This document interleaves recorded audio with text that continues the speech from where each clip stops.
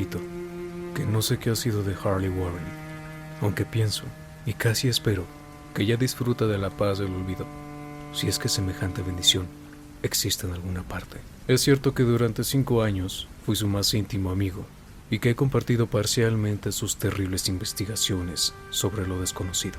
No negaré, aunque mis recuerdos son inciertos y confusos, que este testigo de ustedes pueda habernos visto juntos, como dice, a las 11:30 de aquella terrible noche, por la carretera de Gainesville, camino del pantano del Big Cypress. Incluso puedo afirmar que llevábamos linternas y palas y un curioso rollo de cable unido a ciertos instrumentos, pues todas estas cosas han desempeñado un papel en esa única y espantosa escena que permanece grabada en mi trastornada memoria.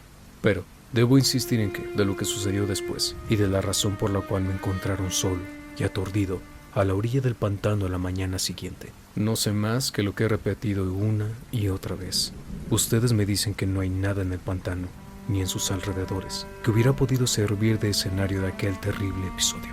Y yo respondo que no sé más de lo que vi, ya fuera visión o pesadilla. Deseo fervientemente que así haya sido. Es que todo cuanto puedo recordar de aquellas horribles horas que viví, después de haber dejado atrás el mundo de los hombres, pero ¿por qué no regresó Harley Warren?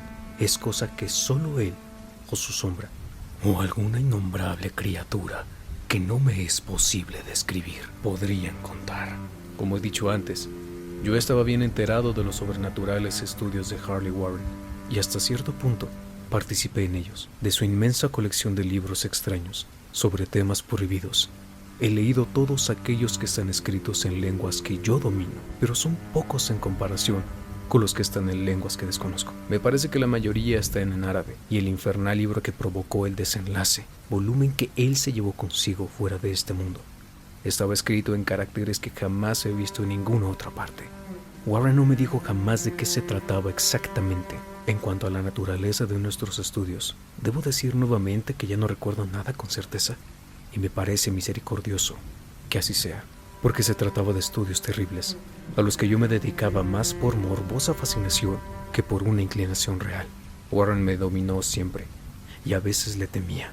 Recuerdo cómo me estremecí la noche anterior a que sucediera aquello, al contemplar la expresión de su rostro mientras me explicaba con todo detalle por qué, según su teoría, ciertos cadáveres no se corrompen jamás, sino que se conservan carnosos y frescos en sus tumbas durante 1000 años.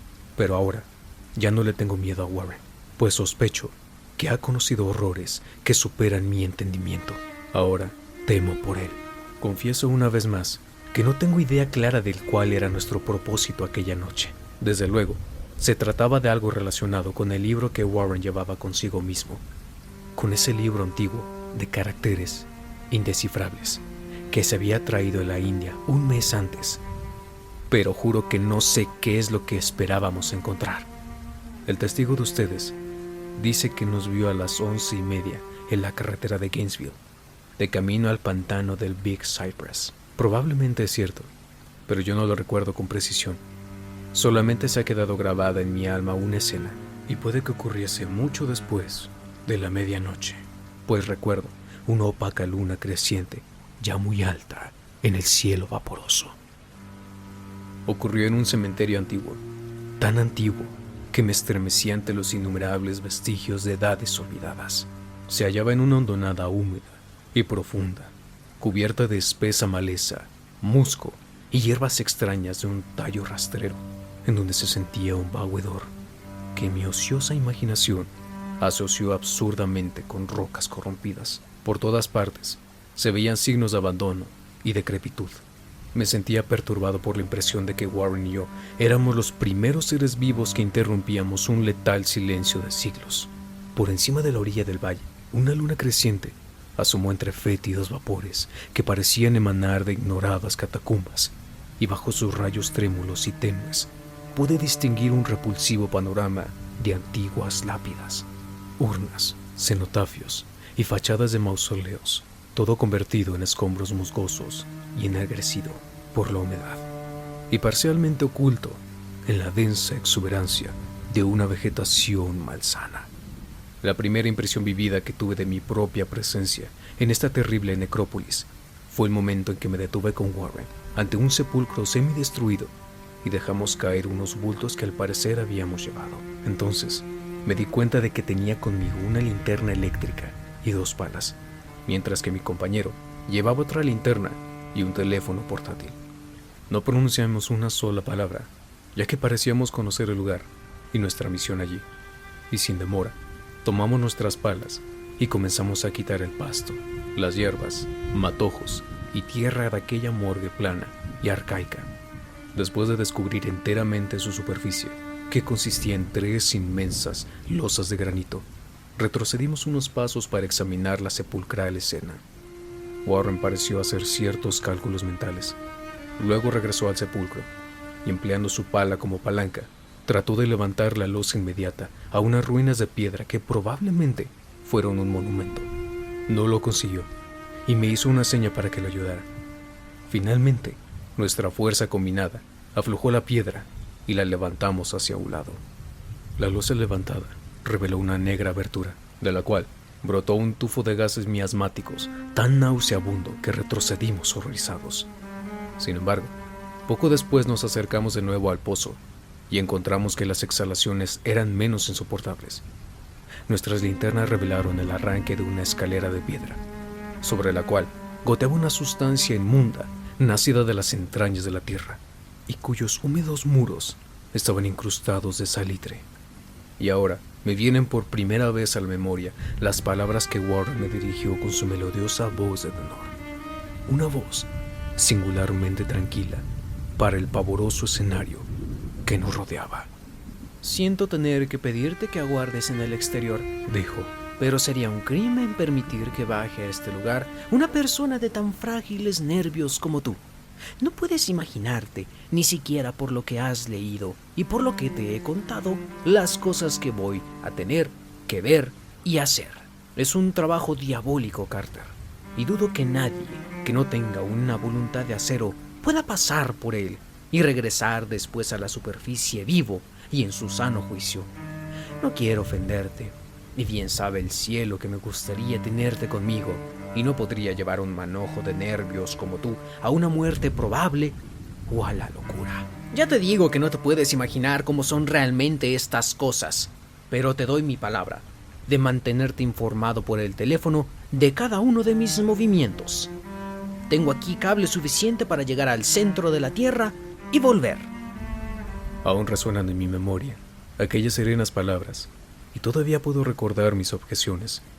Parecía yo desesperadamente ansioso de acompañar a mi amigo a aquellas profundidades sepulcrales. Pero él se mantuvo inflexible. Incluso amenazó con abandonar la expedición si yo seguía insistiendo. Amenaza que resultó eficaz. Recuerdo aún todo esto, aunque ya no sé qué buscábamos. Después de haber conseguido una reaz aceptación de sus propósitos, Warren me levantó del carrete de cable y ajustó los aparatos. A una señal suya, tomé uno de estos y me senté sobre la lápida añosa y descolorida que había junto a la abertura recién descubierta. Luego me estrechó la mano, se cargó el rollo de cable y desapareció en el interior de aquel indescriptible osario. Durante un minuto seguí viendo el brillo de su linterna y oyendo el crujido del cable a medida que lo iba soltando, pero la luz desapareció abruptamente, como si mi compañero hubiera doblado un recodo de la escalera, y el crujido dejó de oírse también casi al mismo tiempo. Me quedé solo, pero estaba en comunicación con las desconocidas profundidades por medio de aquellos hilos mágicos cuya superficie aislante aparecía verdosa bajo la pálida luna creciente. Consulté constantemente mi reloj a la luz de la linterna eléctrica y escuché con febril ansiedad por el receptor del teléfono, pero no logré oír nada por más de un cuarto de hora. Luego sonó un chasquido en el aparato y llamé a mi amigo con voz tensa. A pesar de lo aprensivo que era, no estaba preparado para escuchar las palabras que me llegaron de aquella misteriosa bóveda, pronunciadas con la voz más desgarrada y temblorosa que lo oyera Harley Warren. Él, que con tanta serenidad me había abandonado poco antes, me hablaba ahora desde abajo con un murmullo trémulo, más siniestro que el más estridente alarido.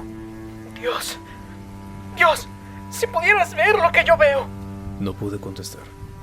Enhumecido, solo me quedaba esperar. Luego volví a oír sus frenéticas palabras. Carter. Es terrible, monstruoso, increíble. Esta vez no me falló la voz y derramé por el transmisor un aluvión de excitadas preguntas. Aterrado, seguí repitiendo. Warren, ¿qué es? ¿Qué es? De nuevo, me llegó la voz de mi amigo, ronca por el miedo, teñida ahora por desesperación. No te lo puedo decir, Carter. Es algo que no se puede imaginar. No me atrevo a decírtelo. Ningún hombre podría conocerlo y seguir vivo. Dios mío, jamás imaginé algo así. Otra vez se hizo el silencio, interrumpido por mi torrente de temblorosas preguntas. Después, se oyó la voz de Warren, en un tono de salvaje terror. Carter, por el amor de Dios, vuelve a colocar la losa y márchate de aquí si puedes. ¡Rápido! Déjalo todo y vete. Es tu única oportunidad. Hazlo y no me preguntes más. Lo oí, pero solo fui capaz de repetir mis frenéticas preguntas. Estaba rodeado de tumbas, de oscuridad y de sombras, y abajo se ocultaba una amenaza superior a los límites de la imaginación humana. Pero mi amigo se hallaba en el mayor peligro que yo, y en medio de mi terror, sentí un vago rencor de que pudiera considerarme capaz de abandonarlo en tales circunstancias. Más chasquidos, y después una pausa. Se oyó un grito lastimero de Warren. ¡Esfúmate! ¡Por el amor de Dios! ¡Pon la losa y esfúmate, Carter! Aquella jerga infantil que acababa de emplear mi horrorizado compañero me devolvió mis facultades. Tomé una determinación y le grité. Warren, ánimo, voy para abajo. Pero a este ofrecimiento, el tono de mi interlocutor cambió a un grito de total desesperación. No puedes entenderlo. Es demasiado tarde y la culpa es mía. Pon la losa y corre. Ni tú ni nadie puede hacer nada ya. El tono de su voz cambió de nuevo. Había adquirido un matiz más suave, como de una desesperanzada resignación. Sin embargo, permanecía en él una tensa ansiedad por mí. ¡Rápido! Antes de que sea demasiado tarde. Traté de no hacerle caso. Intenté vencer la parálisis que me retenía y cumplir con mi palabra de correr en su ayuda. Pero lo que me murmuró a continuación me encontró aún inerte, encadenado por mi absoluto terror. Carter, apúrate. Es inútil decirte. Mejor uno solo que los dos. La losa. Una pausa, otro chasquido y luego la débil voz de Warren. Ya casi ha terminado todo. No me hagas esto más difícil todavía. Cubre esa escalera maldita y salva tu vida. Estás perdiendo el tiempo. Adiós, Carter. Nunca te volveré a ver. Aquí, el susurro de Warren se dilató en un grito que se fue convirtiendo gradualmente en un alarido preñado de horror de todos los tiempos. ¡Malditas sean estas criaturas infernales! ¡Son legiones! ¡Dios mío! ¡Esfúmate! ¡Vete! ¡Vete! Después, el silencio.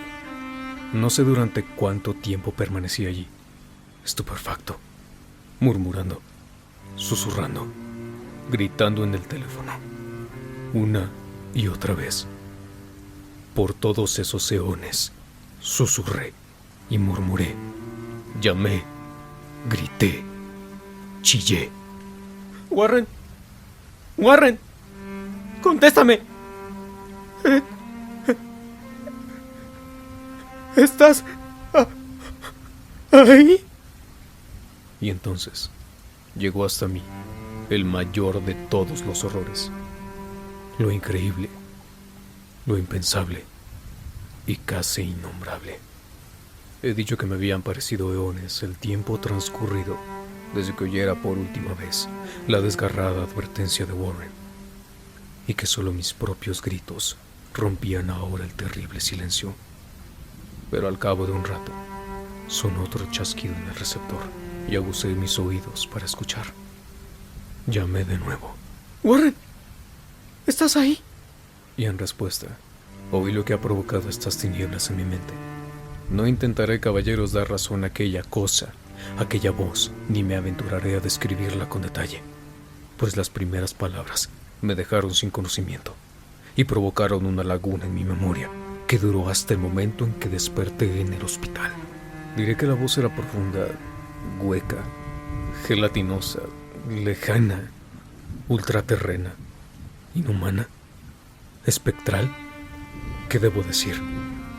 Esto fue el final de mi experiencia. Y aquí termina mi relato. Oí la voz y no supe más. La oí allí, sentado, petrificado en aquel desconocido cementerio de la hondonada.